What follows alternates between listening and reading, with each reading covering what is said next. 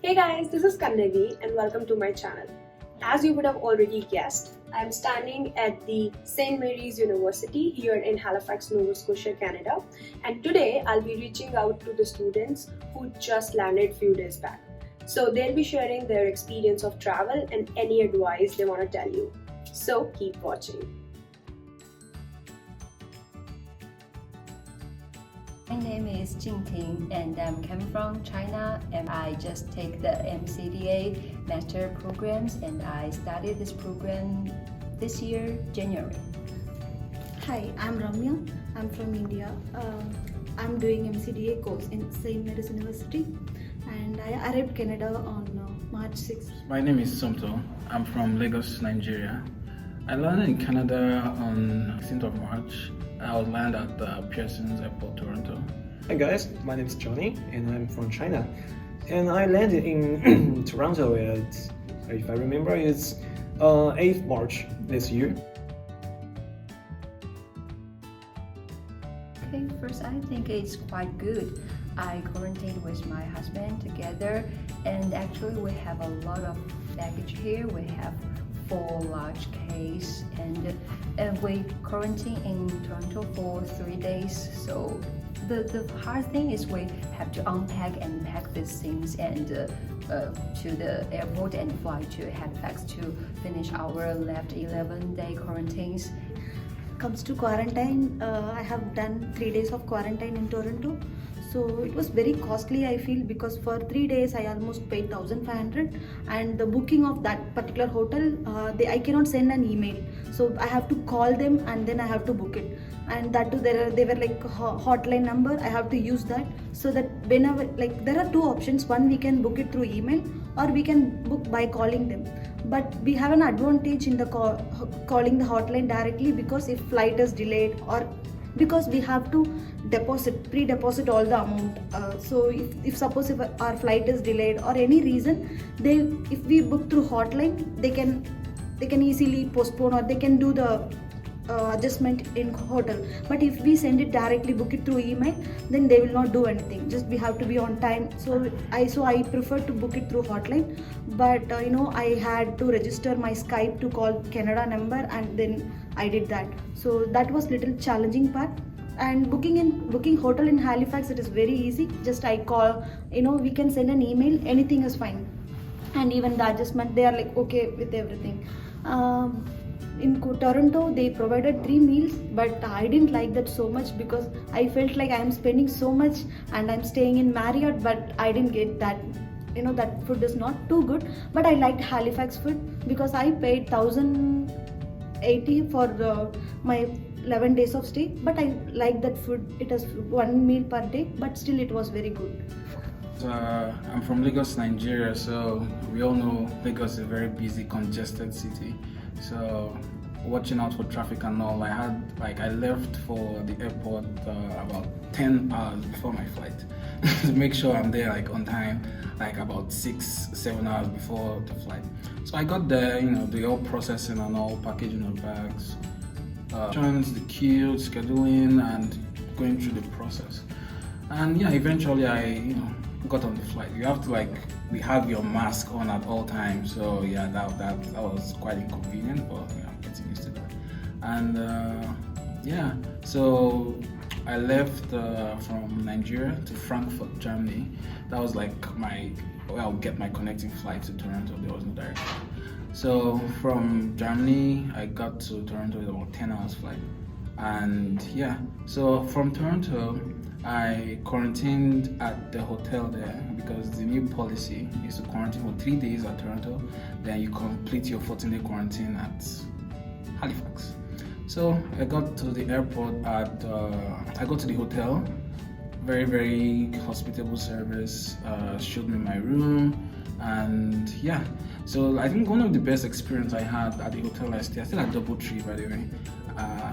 It was the meals, it was very consistent, very early, and very good.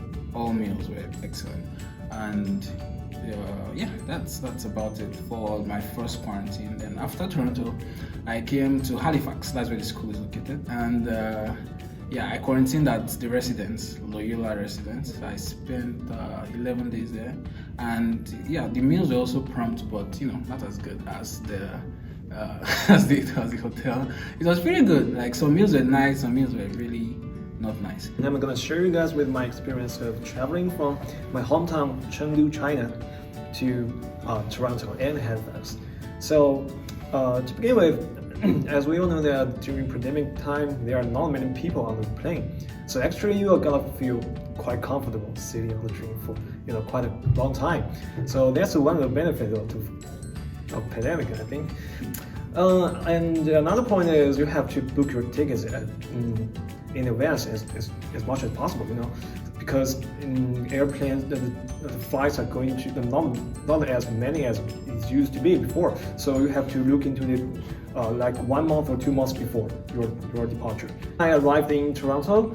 I stayed in the hotel named Alt Hotel, just standing beside the airport, and the service there was quite good. And I stayed 3 nights here. And after I got my final result of COVID test, which is negative, you don't have to worry about the additional procedures that you have to face during this time, because whenever you got into trouble, you can turn to anybody who's around you. They're gonna help you. Yeah, don't worry about it. Yeah. The first thing is to carry enough things to protect yourself, to carry enough masks. And because you have to spend some time in the hotel quarantine, you're not sure if the food is satisfied, so it's better to bring some food with you. And yeah, that's why. Yeah. The main thing is we should carry some food. We have to have some foods in backup, so that if we are not liking the hotel food, we have to make use of that. And but we have some online grocery shopping, everything available. So even if we miss to do it, we will be able to get it from the shops. So just don't panic. The best thing is just try to get the documentation proper. So just be updated with if some process is changing. Like it keeps changing every day. So just keep all the documentation ready. Yeah, of course. I don't know if this is particular to Nigeria, but it's very advisable to apply with an agency, because they help gather the relevant documents. Like normally the visa portal just asks for like specific documents, but then you have to like add supplementary documents that helps the application and all that. So travel agencies really help. Like the agent that was assigned to me like painstakingly checked all my documents, made sure they were all accurate, all the application, and made sure everything was perfect before the final submission, which I felt was very helpful. And yeah, subsequently, like after arriving, like doing the COVID test and all, I think it's very helpful to take very protective clothes, like very thick jackets and head warmer, gloves, boots, all that stuff. Really help. Okay. Okay, I do have one advice for future students welcome to Canada. That is, keep close eyes on the latest policy. Due to the pandemic, we don't know. Maybe the situation right now is what it is like, but tomorrow it may change. It changes quickly, very frequently. So you have to keep a very close eyes on what it is. Especially on those official websites, CS websites or something like that. You can follow their Twitters, follow their Facebook, like any social media accounts, and you can review a lot of people commenting below and making inquiries about their situations. And so by this way, you can keep yourself posting and get yourself know the latest news that you may find very helpful. Yeah. Hey guys, hope you liked this video, and do share with me what was your experience, and if there is anything else you want to know, do mention in the comment section below. Until then, bye bye for now.